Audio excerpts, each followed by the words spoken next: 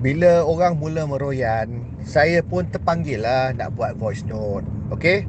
Since kalau orang tak faham, let me ulaskan sedikit apa beza sedekah dengan rasuah.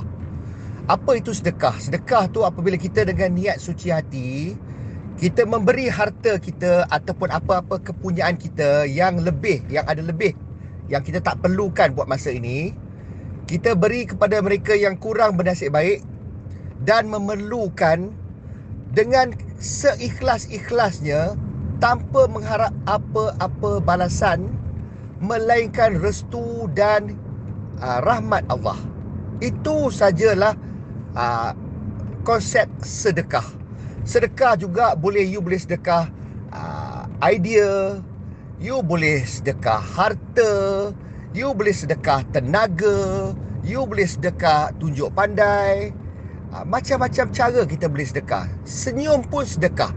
Kita memberi sesuatu yang memudahkan insan lain dan memanfaatkan insan lain, menyeronokkan insan lain dengan pengorbanan sedikit daripada kita. Jadi itu maksud dia sedekah.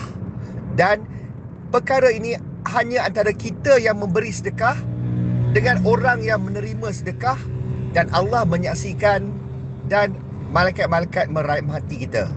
Itu konsep sedekah. Tiada orang ketiga. Hanya Allah yang menjadi saksi perbuatan kita memberi sedekah. Ataupun Allah juga menyaksikan perbuatan baik orang-orang yang berjiwa besar yang memberi sedekah pada kita ketika kita perlukan. Itu sedekah. Apakah konsep rasuah? Rasuah juga bayaran. Rasuah ni diberi also dengan rela hati orang yang memberi rasuah. Yang menerima pun menerima rasuah. Dan tapi ada balasan. Dia menerima rasuah tu, ada perkara yang dia perlu buat. Ada perkara yang patut dia buat yang tak patut dibuat. Orang yang menerima rasuah tu diberi kepercayaan oleh orang ketiga, pihak ketiga. Jadi sekarang ni pihak ketiga tu tak tahu. Jadi pihak ketiga tu tidak rela ditipu oleh pihak yang menerima wang rasuah tu. Tapi yang menerima wang rasuah tu menipu dan membuat keputusan yang merugikan pihak ketiga tu. Jadi in return, sebagai balasan, dia mendapat duit rasuah. Dan yang membayar rasuah tu pun rela bayar rasuah, sebab yang membayar rasuah juga mendapat manfaat akibat penipuan ke atas pihak ketiga. Yang membayar habuan, yang menanggung habuan untuk pihak yang membayar rasuah, yang membayar rasuah mendapat keuntungan lebih ataupun dapat mengelakkan kesakitan yang patut dia terima. Dan yang menerima rasuah tu pun mendapat duit yang dia tak patut terima, tapi disebabkan dia mengkhianati amanah yang diberi kepada dia. Itu konsep rasuah. Ada pihak ketiga yang suffer. Sekarang ni let's tengok sedekah atau rasuah masa musim mengundi. Bila mengundi, kita mengundi parti yang kita pilih. Sebagai rakyat, kita pilih siapa yang kita rasa sepatutnya menjadi kerajaan. Kita memilih. Dan bila kita pilih, kita tengok bila ramai kalau memilih apa yang kita pilih, dan kita akan dapat kerajaan yang kita pilih. Kalau tak ramai yang memilih apa yang kita pilih, jadi kita tak dapat kerajaan yang kita pilih, kerajaan lain yang terpilih. Okey. Jadi apabila lebay ke, yang bukan lebay ke, apek ke, siapa-siapalah, bila dia bagi duit masa musim mengundi, persoalan dia kenapa tunggu musim mengundi? Dia bagi ke? Dia bagi, mungkin dia kata dia sedekah untuk bas perjalanan, untuk berjalan. Persoalan dia bagi sedekah pada semua orang ke? Ataupun dia bagi hanya sedekah kepada orang yang datang nak mengundi tempat dia, yang mengundi kursi dia, dia bagi duit supaya datang, boleh ada kemudahan datang dan mengundi dan untuk pilih dia pasal dia bagi duit. Adakah dia bagi duit juga untuk tempat yang dia tak bertanding? Contoh macam PAS, mungkin di negeri apa ni, Penang, dia tak ada tempat nak bertanding. Tempat-tempat tu semua memang kuat DAP. Ataupun tempat-tempat macam Selangor yang tak banyak tempat dia. Ataupun Kepong ke, Jinjang ke, yang DAP kuat. Dia bagi tak duit kat orang-orang Cina-Cina tu yang memang choice dia antara vote DAP atau MCA. Dia PAS buat tak benda macam tu? Kalau dia bagi juga, itu barulah genuine sedekah. Dia bagi pada semua.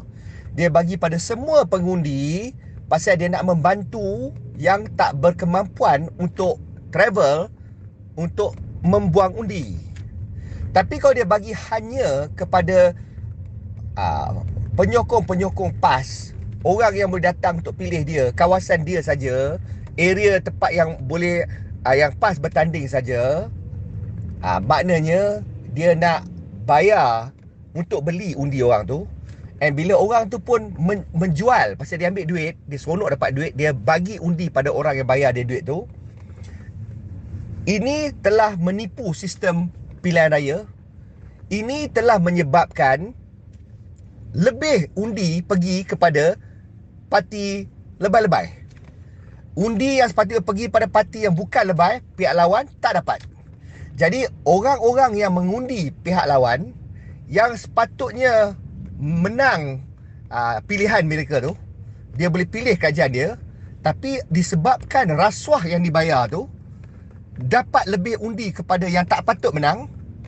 Jadi kerajaan yang tak sepatutnya menang jadi menang, sebab menggunakan duit membeli undi, membayar rasuah, menang dengan cara rasuah, walaupun dinamakan sedekah oleh lebay-lebay dan ular dalam semak. Jadi itu konsep rasuah. Bila memberi, dia bukan semata-mata bersedekah, tetapi memberi dengan harapan ataupun dengan persefahaman bahawa ada sesuatu yang akan dibuat, dan yang akan dibuat tu adalah salah dari segi undang-undang, dari segi moral, dari segi Islam.